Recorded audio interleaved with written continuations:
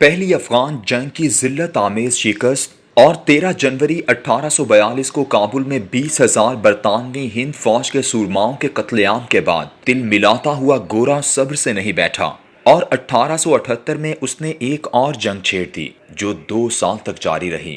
اس جنگ کے آخر میں گندمک کے مقام پر افغانستان کے امیر یعقوب خان اور برطانوی افواج کے سربراہ سر لوئس کویگنری کے درمیان ایک معاہدہ طے پایا، جس کے تحت کوئٹہ، پشین، ہرنائی، سبی، کرم اور خیبر کے علاقے برطانوی تسلط میں آ گئے اور برطانیہ نے افغانستان کو ایک خود مختار سلطنت کے طور پر تسلیم کر لیا۔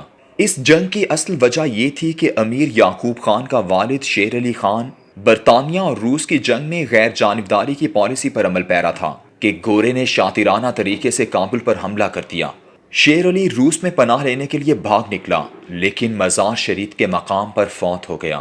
اس کا بیٹا یعقوب خان افغان تخت پر بیٹھا تو اس نے انگریز فوج سے معاہدہ کر لیا، جس کے نتیجے میں برطانوی ہند اور افغانستان کے درمیان ڈیورنٹ لائن وجود میں آئی۔ اس معاہدے کی ایک شق ایسی تھی جس سے افغان رہنما ناراض تھے۔ اس شق کے مطابق آئندہ سے افغانستان کی خارجہ پالیسی برطانیہ نے طے کرنا تھی۔ افغان فوج کے کچھ نوجوان اس معاہدے سے اس قدر ناراض ہوئے کہ صرف 2 مہینے کے اندر انہوں نے کویگنری کے برطانوی فوجی مشن کے تمام اراکین کو قتل کر دیا۔ انگریز نے خفت مٹانے کے لیے اپنی سازشوں اور ایجنٹوں کے ذریعے امیر یعقوب خان کے چچا زاد امیر عبد الرحمن کو تخت پر بٹھایا اور اس نے اس معاہدے کی تمام شقوں پر عمل درآمد کو تسلیم کر لیا۔ اس معاہدے کے تحت جنم لینے والے بارڈر کو ڈیورنٹ لائن کہتے ہیں، جسے بعد میں تیسری افغان جنگ کے بعد 8 اگست 1919 کو امیر افغانستان نے برطانیہ کے ساتھ معاہدے کے تحت ایک عالمی سرحد کے طور پر تسلیم کر لیا۔ برطانوی ہندوستان اور افغانستان کے درمیان یہ سرحد 2 مقامات پر تاریخی راستوں کی وجہ سے بہت اہم تھی، ایک تورخم اور دوسرا چمن۔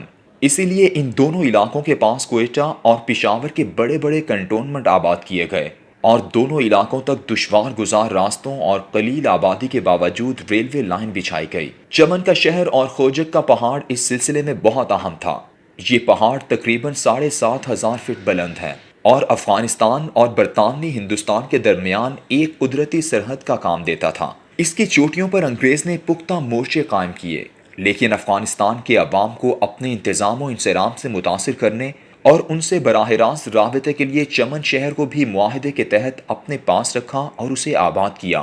چمن تک آمد و رفت کے لیے 1891 میں ہندوستان ریلوے کی سب سے لمبی 3.9 کلومیٹر طویل خوجک سرنگ تعمیر کی گئی، جو شیلا باغ سے چمن تک آج بھی موجود ہیں۔ چند ہزار کی آبادی والے شہر تک پہنچنے کے لیے اتنی بڑی انویسٹمنٹ صرف اور صرف پڑوسی افغان آبادی پر اپنی ٹیکنالوجی اور برتری کی دھاک بٹھانے کے لیے تھی، ورنہ ہندوستان کا دفاع تو خوجک کے پہاڑ سے بھی کیا جا سکتا تھا۔ اصل وجہ یہ تھی کہ چمن سے دوبندی کے میدانوں تک کے علاقے میں افغانستان سے لوگ سردیوں کے 6 ماہ گزارنے آتے، پھلوں کے باغات میں کام کرتے اور پھر گرمیوں کے 6 ماہ واپس قندھار اور ملحقہ علاقوں میں گزارتے۔ برطانوی حکومت ان خانہ بدوشوں کو اپنا سفیر سمجھتی تھی، جو واپس جا کر بتاتے کہ چمن کے علاقے میں کس قدر امن، انصاف اور ترقی ہے اور انگریز حکمران انتہائی قابل ہیں۔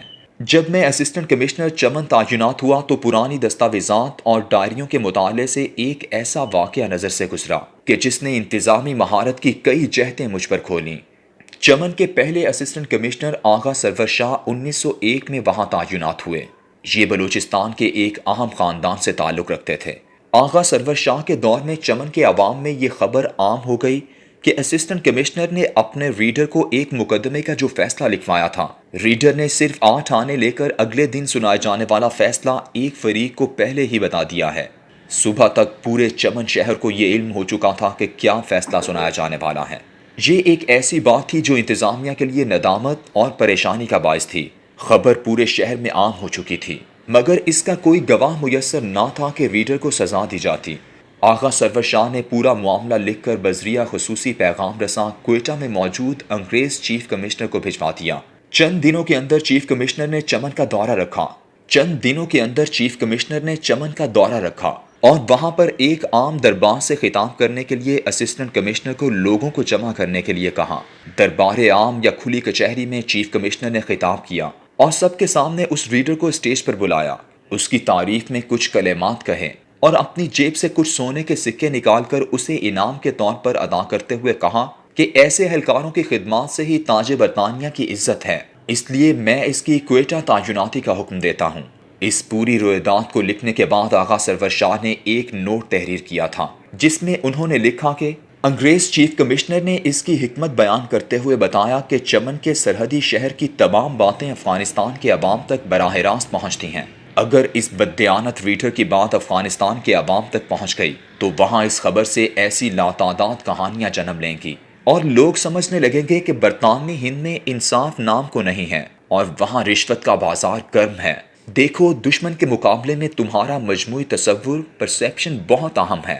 اگر تم نے دشمن کی زبان کو اپنی کمزوریاں دے دیں تو وہ تمہاری ساری دھاک، روب اور دبدبے کو زمین بوس کر دے گا۔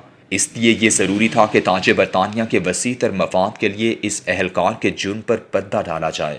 آج تقریباً 119 سال کے بعد جب پاکستان کی پارلیمنٹ میں وزیر ہوابازی غلام سرور خان نے پاکستانی پائلٹس کی ڈگریوں کے معاملے کو جس طرح نمک مرچ لگا کر اور بڑھا چڑھا کر پیش کیا تو مجھے وہ چیف کمشنر بہت یاد آیا۔ وہی ہوا جو ایسی ناسمجھی کے نتیجے میں ہوتا ہے۔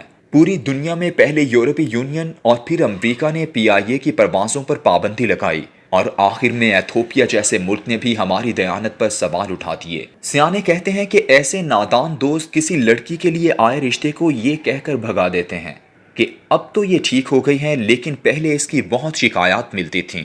حیرت اس بات کی ہے کہ جس وزیر نے یہ حماقت کی ہے وہ گزشتہ 2 دہائیوں سے اسمبلی میں منتخب ہوتا آیا ہے، لیکن تحریک انصاف کے بچگانہ ماحول نے اسے بھی ویسا ہی بنا دیا ہے۔ ملک سنبھالنا، چلانا اور اس کی عزت کو قائم رکھنا ایک تنے ہوئے رسے پر چلنے کے مترادف ہیں۔ سنبھل سنبھل کر پاؤں رکھنا پڑتے ہیں۔ لیکن خان صاحب نے حکومت میں ایسے ہی فاسٹ بالر لگا رکھے ہیں جن کا کام ہی لوز بال کروانا ہے۔ یہ ایک ایسا بال ہوتا ہے جس پر دشمن بے پرواہ ہو کر چھکا لگاتا ہے۔ انگریزی زبان میں احمقانہ حرکتیں کر کے اپنے ہی مفاد تباہ کرنے والے شخص کو لوز بالر کہا جاتا ہے۔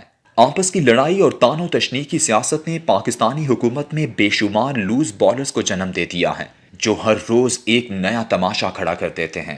بقول جان ایلیا، کون اس گھر کی دیکھ بھال کرے، روز ایک چیز ٹوٹ جاتی ہے۔